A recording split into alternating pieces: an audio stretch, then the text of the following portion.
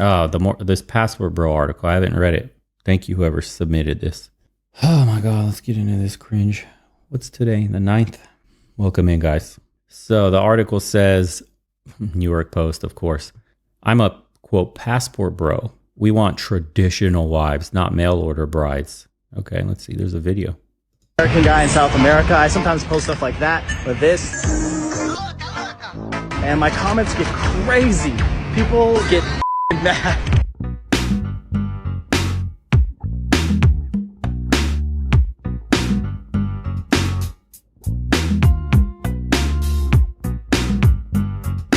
Stop dating women in the United States altogether. Didn't completely believe it when people said, oh, they're so different. They are so different. They are way easier to be around.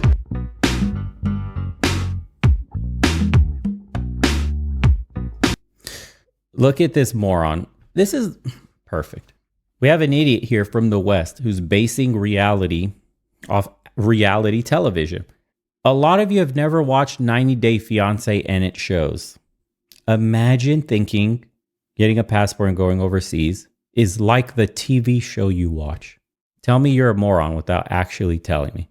Wow. Passport bros are looking for love, but not any gal will get the entry stamp into their hearts. Eligible bachelors in the U.S. dubbed passport bros are flocking to foreign countries after ditching the American dating pool in search for love overseas, much to the disgust of women on the internet. Oh my God, as if we care about women on the internet. On TikTok, the tag Passport Bros has scored more than 422 million views, featuring clips of men parading their far-flung lovers online while advertising the growing trend.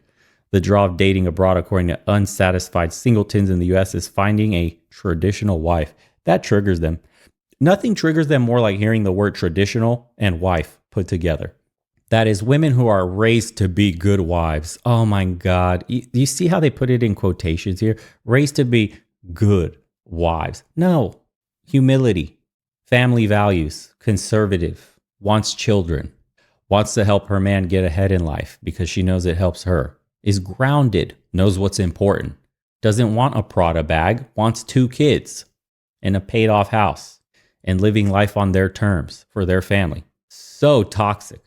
Austin Abeda is just one of many in the brotherhood who flaunts his prowess online, fondly referring to his travels as adventure of a lifetime. Do you guys remember last year around December when we were covering some of the stuff? I told you that 2023 was going to be the year of Passport Bro going mainstream.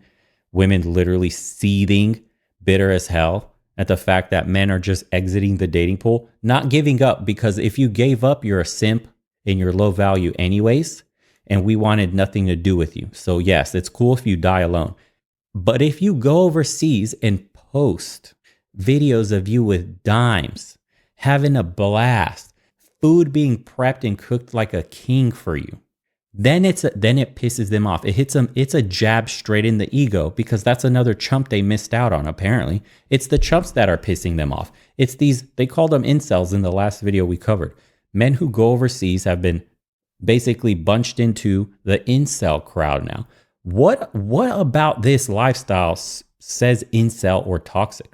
And now look at this guy. Do you think this guy with these cabanas in the water having a black look, and she's not fat? It's the seething anger of seeing another man happy without you. Buy a dog, die alone.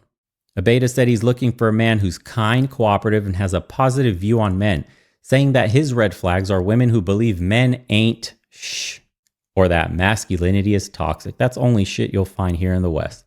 Remote worker, so he's good, he's never coming back, has gone viral for the self-styled digital bromad, scoring more than 413,000 followers on TikTok. Oh man, I think this guy actually DM'd me. Let me double check. I swear he wanted to, I think his name is now popping up in my head. Yeah, he DM'd me. This is him. I'm covering an article about him. He said he spent most of his time in Colombia, Brazil, and Asia. Yeah, I'll be talking to him. Dude, I'm going to interview this guy. This is funny that we're covering an article with him. I had no idea. Didn't even make the link. Cool. So we'll be covering this guy that's triggering all the Western females. Says all while he travels Colombia, Thailand, South Korea, and the Philippines, allegedly in search of blushing bride. Mista, thanks, brother. Congratulations on a big move. Best of luck. Appreciate you. Black Vino 24, glad you're back, brother. Appreciate you guys for the support. A lot of women overseas are taught from a young age from their mothers and other family members of their family how to treat a man. Wow, so toxic. And how to make their future husband happy. You mean because it's good for the kids? Wow. The Colorado native who is looking for a kind and cooperative partner with a positive view on men. That's so, whoever writes these, when you're writing this and see that this is what the man's looking for, how do you continue on this hit piece? How do you keep twisting it into something it's not? Ironside, thanks, brother. Has this happened to any other nations? Men that leave their countries because the prospects of a partner are unlikable. I think Switzerland or Sweden was one of them. They're trying to ban men from going over and bringing, I think it was Asian women back predominantly. Thai or Filipinas, something like that. Let's see. But in America, I think a lot of women were taught men aren't shit and don't need a man.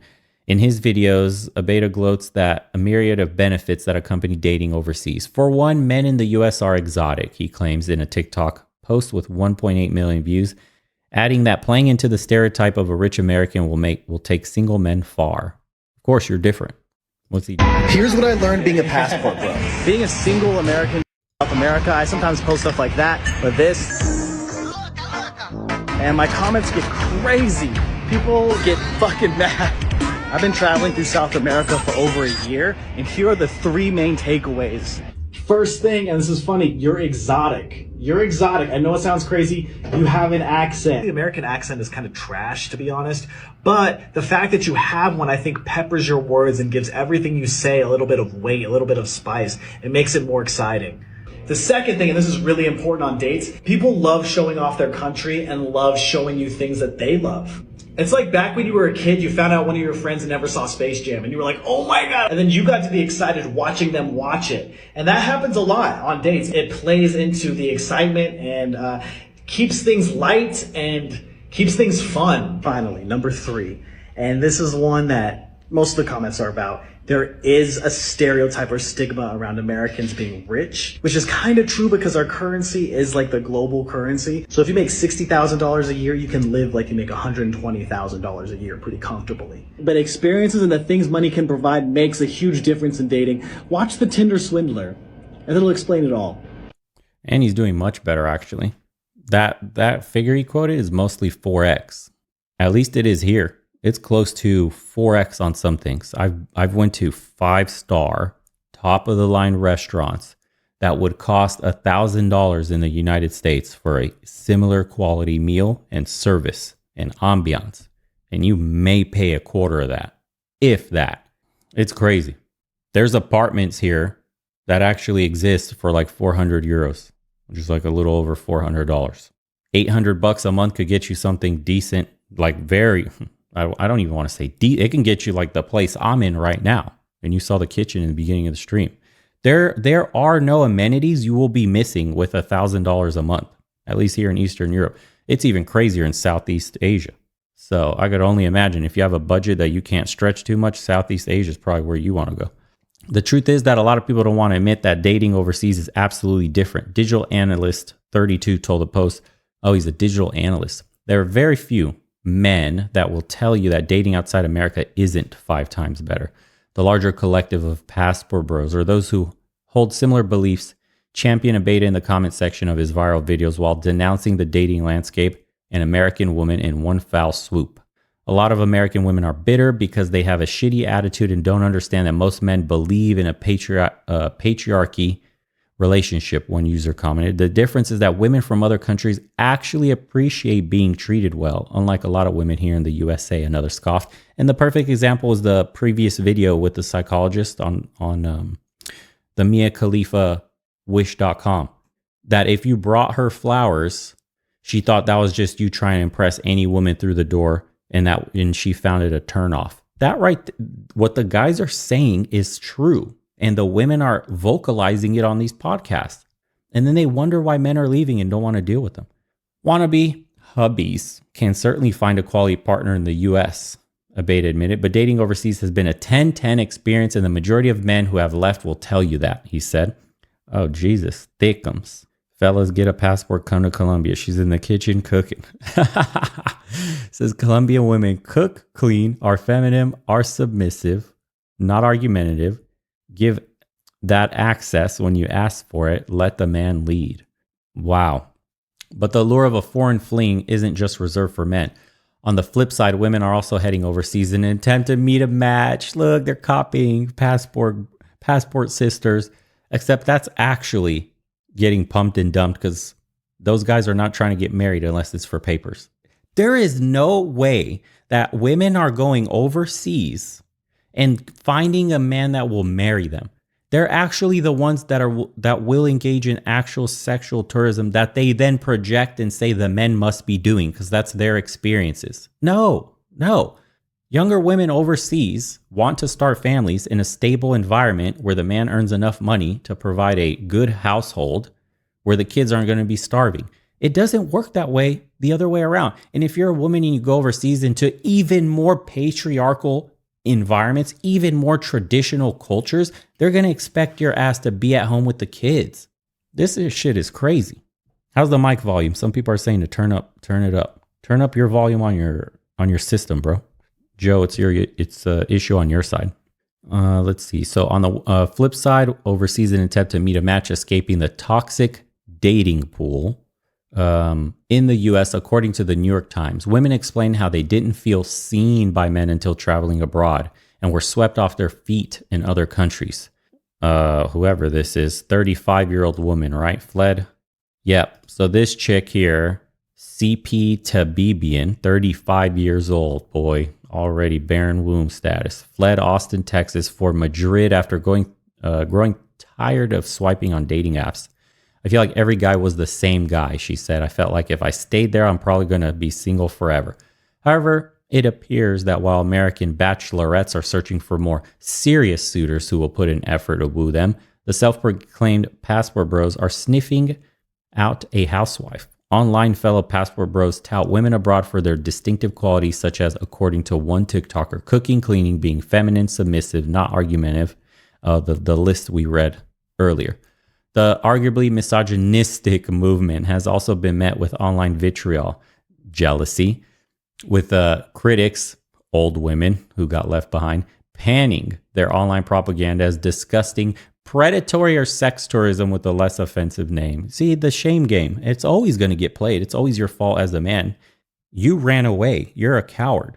Why didn't you settle down with me and my 2 kids from 2 different baby daddies? I'm the table. I bring my presence. And then they wonder why men are getting the hell out of here. What? They really rebranded mail order brides to sound even worse than it did before.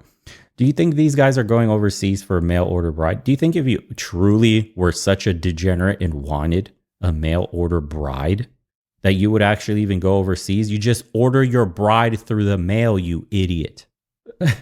Bro, no better feeling than going out on a date with a chick and then she comes back home at your place and is cooking half naked, pretty much, food for you while you're chilling, working on the computer. Trust. Oh my God, man. What in the world? In terms of how it impacts women in the US, there's an expression of letting the trash take itself out. Oh my God. I thought when you throw the trash out, you forget about it and you never think about it again. It's something to be discarded.